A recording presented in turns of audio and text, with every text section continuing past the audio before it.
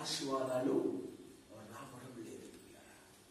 ఇక్కడ మనం గమనించినట్లయితే 120 మంది కలిసి వారు వేరే జాతికి చెందిన వాళ్ళు, ఒక తెగకు చెందిన వాళ్ళు, అనేక వేరు వేరు భాషలు మాట్లాడే వాళ్ళు అయినప్పటికీ వారు ఏం చేస్తూ ఉన్నారంటే ఏక మనస్సు కలిగి వారు ఎడతెగక ప్రార్థన చేసినప్పుడు పరిశుద్ధాత్మ దేవుడు వారి మధ్యలోనికి దిగి వచ్చినట్టు మనము చూస్తూ ఉన్నాం. ప్రియులారా, నీ జీవితంలో కూడా నీవు ఒక కుటుంబీకురాలివైనప్పటికీ, ఒక కుటుంబీకుడు అయినప్పటికీ నీ కుటుంబంలో ఐక్యత లేకపోవడం వల్లే పరిశుద్ధాత్మ యొక్క కార్యాలు ఈరోజు జరగడం లేదు. ఎందుకంటే పరిశుద్ధాత్మ దేవుడు నీ కుటుంబాన్ని తాకాలి అంటే, నీ పరిశుద్ధాత్మ దేవుడు నీ కుటుంబంలో ఉన్నటువంటి సమస్యల్ని తీసివేయాలంటే, పరిశుద్ధాత్మ దేవుడు నీ కుటుంబంలో ఉన్నటువంటి రోగాల్ని తీసివేయాలంటే, పరిశుద్ధాత్మ దేవుడు నీ కుటుంబంలో ఉన్నటువంటి ఆర్థిక వ్యవస్థను మార్చివేయాలంటే ఆయనకు ఏం కావాలంటే ఈ 3 విషయాలు కావాలి. ప్రియులారా, ఈ 3 విషయాలు ఏంటంటే అది ఏక మనసు, ఎడతెగక ప్రార్థన. ఏ కుటుంబం అయితే చేస్తూ ఉందో ఆ కుటుంబంలో పరిశుద్ధాత్మ దేవుడు కార్యం చేయడం మొదలు పెడతాడు. హల్లెలూయా, హల్లెలూయా, హల్లెలూయా. చాలా మంది మనల్ని ఏలెత్తి చూపే వారముగా మనం ఉండకూడదని పరిశుద్ధాత్మ దేవుడు ప్రతిదినము నీ కుటుంబము యొద్ద ఆయన ఎదురు చూస్తూ ఉన్నాడు. నీ కుటుంబము నీ గమని యొద్ద ఆయన ఎదురు చూస్తూ ఉన్నాడు. నా పిల్లలు ఎప్పుడైతే ఏక మనసు కలిగి ఎడతెగక ప్రార్థన చేస్తారో వారి మధ్యలకు వెళ్ళి నేను కార్యము చేస్తానని చెప్పేసి పరిశుద్ధాత్మ దేవుడు ఎదురు చూస్తున్నటువంటి రోజులు. హల్లెలూయా, హల్లెలూయా, హల్లెలూయా. ఎప్పుడైతే ఈ 3 కార్యాలు నువ్వు చేయగలుగుతావో నీ కుటుంబము ఆశీర్వదింపబడుతుంది. ఎప్పుడైతే ఈ 3 కార్యాలు నువ్వు చేయగలుగుతావో నీ కుటుంబంలో ఉన్నటువంటి ప్రతి సమస్య తీర్చబడుతుంది. ఎప్పుడైతే నీవు ఈ 3 కార్యాలు చేయగలుగుతావో నీ కుటుంబంలో అనేకమైనటువంటి దీవెనల ఆశీర్వాదాలు వస్తూ ఉంటాయి. హల్లెలూయా, హల్లెలూయా, హల్లెలూయా, హల్లెలూయా, హల్లెలూయా, హల్లెలూయా, హల్లెలూయా, హల్లెలూయా.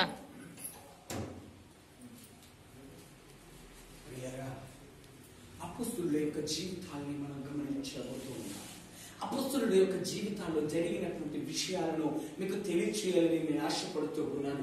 ఈ రోజు మనము గమనించినట్టయితే మనము సంపూర్ణ రాత్రి ప్రార్థనలో మనం కూర్చుంటూ ఉన్నాం. ఈ సంపూర్ణ రాత్రి ప్రార్థనలో మనం ఈ రోజు దేవుని యొక్క ఆశీర్వాదాలు పొందుకొని ఇక్కడి నుండి వెళ్ళాలని దేవుడు ఆశిస్తూ ఉన్నాడు. ఈ రాత్రి కాల సమయంలో పరిశుద్ధాత్మ దేవుడు నీ జీవితంలో, నీ కుటుంబ జీవితంలో ఆశీర్వాదాల చేత నింపాలని ఆయన ఆలోచన కలిగి ఆయన ఈ రాత్రి కాల సమయంలో నీతో మాట్లాడుతూ ఉన్నాడు. హల్లెలూయా, హల్లెలూయా, హల్లెలూయా. నా మాట్లాడదమవుతూ ఉన్నాయా? నా మాట్లాడదమవుతూ ఉన్నాయా? ఈ 3 కార్యాలు ఎవరి జీవితంలోనైతే ఉండవో, ఎవరి కుటుంబంలోనైతే ఉండవో, ఎవరి సంఘంలోనైతే ఉండవో అక్కడ ఆశీర్వాదము ఉండదు. పరిశుద్ధాత్మ దేవుడు ఎక్కడ ఉంటాడో అక్కడ సాతానుడికి చోటు లేదు. ఇశ్రాయేలు ప్రజల యొక్క జీవితాన్ని కూడా మనము ధ్యానము చేసినప్పుడు, నెహెమ్యా మాట్లాడుతున్నటువంటి మాటను మనం ధ్యానము చేసినప్పుడు, ఇశ్రాయేలు ప్రజల మధ్య ఐక్యత లేక, ఇశ్రాయేలు ప్రజల మధ్య పరిశుద్ధాత్మ దేవుడు కార్యము చేయకుండా ఉన్నప్పుడు అక్కడ ఉన్నటువంటి యెరూషలేము యొక్క గోడలు ఆగిపోయినట్టు మనము చూస్తూ ఉన్నాం. పిల్లరా, ఎప్పుడైతే వారు ఐక్యత కలిగి, ఎప్పుడైతే ఒకరినొకరు పురికొల్పబడ్డారో అప్పుడు ఆ గోడలు కట్టడానికి నిర్ణయము తీసుకొని కట్టడం ప్రారంభించాడు. హల్లెలూయా, హల్లెలూయా, హల్లెలూయా. దయచేసి వాక్యం వైపు లక్ష్యం ఉంచండి. వాక్యం వైపు లక్ష్యం ఉంచండి. నెహెమ్యా మాట్లాడుతూ ఉన్నటువంటి మాట నేను మీకు మరొకసారి జ్ఞాపకం చేస్తూ ఉన్నాను. నెహెమ్యా ఏమంటూ ఉన్నాడు? ప్రజలు ఏం చేస్తూ ఉన్నారు? అక్కడ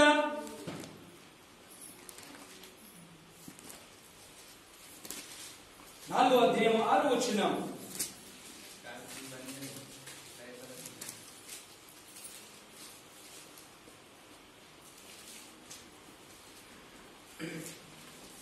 ఆయనను పనిచేయుటకు జనులకు మనసు కలిగి ఉండెను గనుక ఆయనను పనిచేయుటకు జనులకు మనసు కలిగి ఉండెను గనుక అని రాయబడింది. చాలండి. ఆయనను చదవమ్మా. ఆయనను పనిచేయుటకు జనులకు మనసు కలిగి ఉండెను గనుక. చాలండి. ఇంకొకసారి మళ్ళీ చదవమ్మా. ఆయనను పనిచేయుటకు జనులకు మనసు కలిగి ఉండెను గనుక అని రాయబడి ఉన్నది. అక్కడ మనుషులకు ఏమి చేయాలని ఆలోచన కలిగి ఉంది. వారికి మనసు ఉంది. దేనికి మనసు ఉంది? మందిరము నిర్మాణము చేయడానికి వారికి మనసు ఉంది. ఆ మనసు ఉంది అంటే వారు ఏకీభవించడం ప్రారంభించారు. కాబట్టి యెరూషలేము యొక్క మందిరపు గోడలను కట్టడం వారు ప్రారంభించారు. హల్లెలూయా.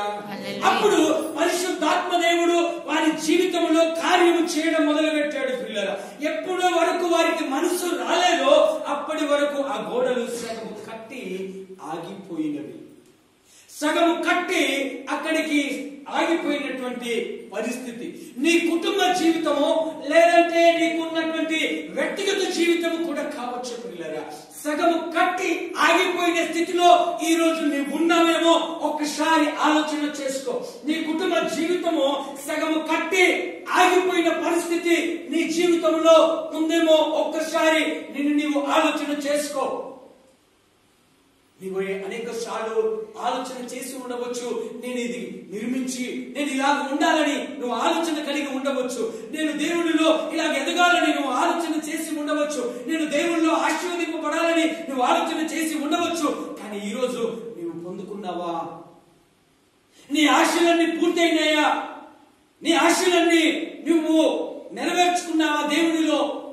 ఆలోచన చేస్తే చాలా మంది యొక్క జీవితాలని మనం గమనించినప్పుడు అవి సగానికి నిర్మించబడి ఆగిపోయిన పరిస్థితి ఉంటూ ఉంది. ప్రియారా, కారణం ఏంటి అంటే వారి కుటుంబ జీవితంలో ఐక్యత లేకపోవడమే. వారి కుటుంబ జీవితంలో ప్రార్థన లేకపోవడం, వారి కుటుంబ జీవితంలో దేవుని వాక్యము లేకపోవడం, వారి కుటుంబ జీవితంలో ఒకరిని ఒకరు అర్థం చేసుకోకపోవడమే వారి జీవితంలో ఆశీర్వాదాలు పొందుకోలేక సంఘాల్లోనికి వస్తే కూడా పిల్లరా, సంఘములో ఐక్యత లేకపోవడం వల్ల సంఘాలు అభివృద్ధి అవడం. చాలా సేవకులు చాలా మీటింగ్స్ పెట్టినప్పటికీ, చాలా లక్షల రూపాయలు వెచ్చించి మీటింగ్లు పెట్టినప్పటికీ ప్రయోజనం లేకుండా పోతుంది. కారణం ఏంటంటే ఐక్యత లేకపోవడం, ఏక మనసు లేకపోవడం, మనసు లేక ఏమైపోయింది? మందిరము నిర్మించబడడం ఆగిపోయింది. మనసు లేక ఈరోజు సంఘాలు ఆగిపోయాయి. సంఘాల్లో అభివృద్ధి ఆగిపోయింది. సంఘాల్లో ఐక్యత లేకపోవడం వల్ల సంఘాలు ఆగిపోయాయి. పరిచర్య ఆగిపోయింది. ఎక్కడికి వెళ్ళినా చీకటి ప్రదేశాలు కనిపిస్తూ ఉన్నాయి. మనకు ఈ తెలంగాణ ప్రాంతాన్ని గమనిస్తూ ఉంటే కన్నీళ్లు వస్తాయి. కారణం ఏంటి అంటే మనసు లేకపోవడం. సంఘ బిడ్డలు సంఘ సేవకునికి ఏకీభవించకపోవడం, మనసు లేకపోవడం, సంఘ సేవకునితో సంఘ కాపరితో ఏక మనసు కలిగి మనసు పెట్టి ఆ పరిచర్యలో ముందుకు వెళ్ళడానికి విశ్వాసులు రావడం లేదు. కానీ ఇక్కడ 120 మంది యొక్క విషయాన్ని మనం ధ్యానం చేస్తూ ఉన్నాం. 120 మంది చేసినటువంటి ప్రార్థనను నేను మీకు జ్ఞాపకం చేస్తూ ఉన్నాను. ఈ 120 మంది ఒక కుటుంబానికి చెందిన వారు కాదు, ఒక జాతికి చెందిన వారు అంటే ఒక గోత్రానికి చెందిన వారు కాదు, ఒక దేశానికి చెందిన వారు కాదు, ఒక ప్రాంతానికి చెందిన వారు కాదు. కానీ వీరు అనేక ప్రాంతాలకు చెందిన వారు, అనేక భాషలు కలిగినటువంటి వారు, అనేకమైనటువంటి ఆలోచనలు కలిగినటువంటి ఈ ప్రజల యొక్క జీవితంలో ఆశీర్వాదాలు పొందుకోవడానికి కారణం ఏంటంటే, పరిశుద్ధాత్మ దేవుడు వారి ద్వారా కార్యాలు చేయడానికి కారణం ఏంటంటే మూడు రీజన్స్. హల్లెలూయా, హల్లెలూయా. ఈరోజు సేవకుడు ఈరోజు ఒక మీటింగ్ పెడదామని అనుకుంటే విశ్వాసులు సహకరించలేని పరిస్థితిలో ఉంటూ ఉన్నారు. కాబట్టి ఆ సంఘం అభివృద్ధి చెందలేకపోతుంది. ఆ సంఘములో ఏక మనసు లేకపోవడం వల్ల పరిశుద్ధాత్మ యొక్క కార్యాలు జరగలేని పరిస్థితిలో ఉంటూ ఉన్నాయి. ఆ సంఘములో ఎడతెగక వారు కలుసుకోలేకపోతూ ఉన్నారు. సండే వస్తే ఫ్రైడే రారు, ఫ్రైడే వస్తే సండే రారు. ఎడతెగని పరిస్థితి ఉందా అంటే సంఘములో ఎడతెగని పరిస్థితి లేదు. కాబట్టి ఆ సంఘములో అనేక సమస్యలు వస్తూ ఉన్నాయి. ఆ సంఘములో రోగులు బాగుపడాలి, ఆ సంఘములో ఉన్నటువంటి ప్రతి ఒక్కరూ ఆశీర్వదింపబడాలి, ఆశీర్వాదంతో నింపబడాలి అంటే 3 కార్యాలు చేసిన సంఘము అభివృద్ధి చెందుతూ ఉంది. ఆ 3 కార్యాలు చేసిన సంఘములో అనేక ఆశ్చర్య కార్యాలు జరగడం ప్రారంభిస్తాయి. హల్లెలూయా, హల్లెలూయా. ఈ 3 కార్యాలు చేసినటువంటి అపొస్తలుల సంఘాలని మనం ఒకసారి ధ్యానం చేద్దాం. ఈ 3 కార్యాలు వారు చేసినప్పుడు పరిశుద్ధాత్మ దేవుడు మెండుగా వారి మీదకి దిగి వచ్చాడు. మెండుగా ఎప్పుడైతే దిగి వచ్చాడో పేతురు, ఆయన భయము కలిగి ముమ్మారు అబద్ధాలు ఆడినటువంటి పేతురు ఇప్పుడు ధైర్యంగా నిలబడి బోధించడం ప్రారంభించాడు. ఆయన దాక్కున్నాడు, ప్రజలను చూసి భయపడ్డాడు. యేసును సిలువ వేసేటప్పుడు ముమ్మారు అబద్ధాలు ఆడాడు. కారణం ఏంటి అంటే ఆయన చంపుతారేమో అని, యేసుతో కూడా నన్ను కూడా సిలువ వేస్తారేమో అని, యేసుతో కూడా నన్ను శ్రమ పెడతారేమో అని పేతురు వెనుకడుగు వేశాడు పిల్లారా. కానీ ఎప్పుడైతే వారు ఏక మనస్సు కలిగి ఎడతెగక ప్రార్థన చేయడం మొదలు పెట్టారో పరిశుద్ధాత్మ యొక్క శక్తిని పొందుకున్న పేతురు నిలబడి ఆయన ధైర్యంగా వాక్యము చెప్పడం మొదలు పెట్టాడు. ఎప్పుడైతే వాక్యము చెప్పడం మొదలు పెట్టాడో అనేకులు దేవుని సన్నిధానంలోనికి రావడం ప్రారంభించింది. హల్లెలూయా, హల్లెలూయా, హల్లెలూయా, హల్లెలూయా. కారణం ఏంటో తెలుసా ప్రియులారా? పరిశుద్ధాత్మను వారు పొందుకున్నారు. పరిశుద్ధాత్మ ఎప్పుడైతే వారి మధ్యలోనికి వచ్చిందో కార్యాలు జరగడం మొదలయ్యాయి. ఎప్పుడైతే పేతురు నడుస్తూ ఉన్నాడో రోగులు బాగుపడడం మొదలైంది ప్రియులారా. ఎప్పుడైతే పేతురు ప్రార్థన చేస్తూ ఉన్నాడో చనిపోయిన తబిత లేపబడినట్టు మనం చూస్తూ ఉన్నాం. చనిపోయిన ఆ తబిత కొరకు ఎప్పుడైతే పేతురు ప్రార్థన చేశాడో తబిత లేచి నిలబడింది ప్రియులారా. హల్లెలూయా, హల్లెలూయా, హల్లెలూయా, హల్లెలూయా. కారణం ఏంటంటే ఈ 3 కార్యాలు వారు చేశారు. 3 కార్యాలు నీ కుటుంబంలో కానీ నీ సంఘములో కానీ లేకపోతే ఆ అభివృద్ధి నువ్వు ఆలోచన చేసినవన్నీ కూడా నెరవేర్చాలి. నువ్వు ఏదైతే ఆలోచన కలిగి ఉన్నావో ఆ ఆలోచనలు నెరవేర్చబడాలి అంటే నీవు నీ భార్యకు లోబడాలి, నీవు నీ భర్తకు లోబడాలి, పిల్లల తల్లిదండ్రులకు లోబడి ఆ కుటుంబం ఎప్పుడైతే కూర్చొని ప్రార్థన చేయడం మొదలు పెడుతుందో ఆ కుటుంబం ఆశీర్వదింపబడుతుంది. హల్లెలూయా, హల్లెలూయా. ఏ సంఘమైతే ఏకీభవించి ఎడతెగక ప్రార్థన చేయడం మొదలు పెడుతుందో ఆ సంఘములో అభివృద్ధి కనిపిస్తూ ఉంది ప్రియులారా. ఆ సంఘము ప్రార్థన చేయగా భూమి తలకిందులు అవుతూ ఉంది. రోగులు బాగుపడతారు, మృతులు లేపబడతాయి, కుంటివారు నడుస్తారు, గుడ్డివారు చూస్తారు, చెవిటి వాళ్ళు వింటారు. అనేక ఆశ్చర్య కార్యాలు జరగడం ప్రారంభిస్తుంది. హల్లెలూయా, హల్లెలూయా.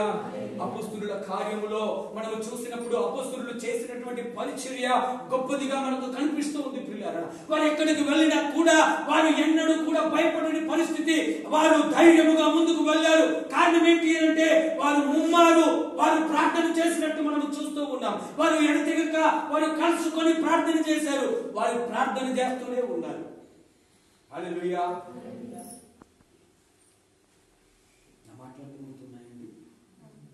అర్థమవుతున్న వాళ్ళు ఒకసారి చేయకండి. హల్లెలూయా, హల్లెలూయా. మన కుటుంబాలు, మన సంఘాలు ఆశీర్వదింపబడాలంటే ఎడతెగక ఏక మనసు కలిగి ఎడతెగక మనం ఏం చేయాలి? ప్రార్థన చేయాలి. ఏక మనసు కలిగి నువ్వు ఎప్పుడైతే ఆ కుటుంబంలో ఏక మనసు ఉంటుందో అక్కడ పరిశుద్ధాత్మ ఉంటాడు. ఏక మనసు ఎక్కడైతే ఉంటుందో అక్కడ పరిశుద్ధాత్మ దేవుడు వాలుతాడు. ఎక్కడైతే ఎడతెగక, అందుకే యేసు ప్రభుల వారు అన్నాడు, ఆయన అన్నారు, ఎక్కడైతే 2-3 కూడి నా నామమున ఆరాధన చేస్తారో అక్కడ నేను ఉంటాను అని. ఎక్కడైతే 2-3 కూడి నా నామమున ఆరాధన చేస్తారో అక్కడ నేను ఉంటాను అని చెప్పాడు. ఏ కుటుంబంలో ఐక్యత కలిగి ఉంటుందో, ఏ సంఘంలో ఐక్యత కలిగి ఉంటుందో పరిశుద్ధాత్మ దేవుడు అక్కడ ఉంటాడు పిల్లారా. ఆ ఉన్న దేవుడు ఊరికనే ఉండడు గాని ఆయన నీ జీవితంలో అద్భుతాలు చేయడం మొదలు పెడతాడు, ఆశ్చర్య కార్యములు చేయడం మొదలు పెడతాడు, మహిమ కార్యములు చేయడం మొదలు పెడతాడు. ఎక్కడైతే నీ జీవితంలో కొదువ ఉందో ఆ కొదువలను పూర్తి చేస్తూ ఆయన వస్తాడు. అందుకే యెషయా గ్రంథము 59వ అధ్యాయము 1వ వచనం నుండి మనం చూస్తే ఆయన ఒక మాట అంటూ ఉన్నాడు. ఆ మాట మనం ఒక్కసారి ధ్యానము చేయాలి పిల్లరా. కారణం ఏంటి? మన జీవితంలో కొదువ ఉండడానికి మనం ప్రార్థన చేసినప్పటికీ మన ప్రార్థన ఎందుకు దేవుని యొద్దకు చేరలేకపోతూ ఉంది? ఎందుకు మన ప్రార్థన చేసినప్పటికీ మనం ఎందుకు ప్రతిఫలం పొందుకోలేకపోతూ ఉన్నామనే విషయాన్ని మనము ధ్యానం చేసినప్పుడు దేవుడు మనతో మాట్లాడుతున్నటువంటి విషయం ఒకసారి మనం తీసి చదువుదాం పిల్లరా. యెషయా గ్రంథము 59వ అధ్యాయం 1వ వచనం నుండి ఒకసారి చదువుదాం. రక్షింపనేరక యుండునట్టు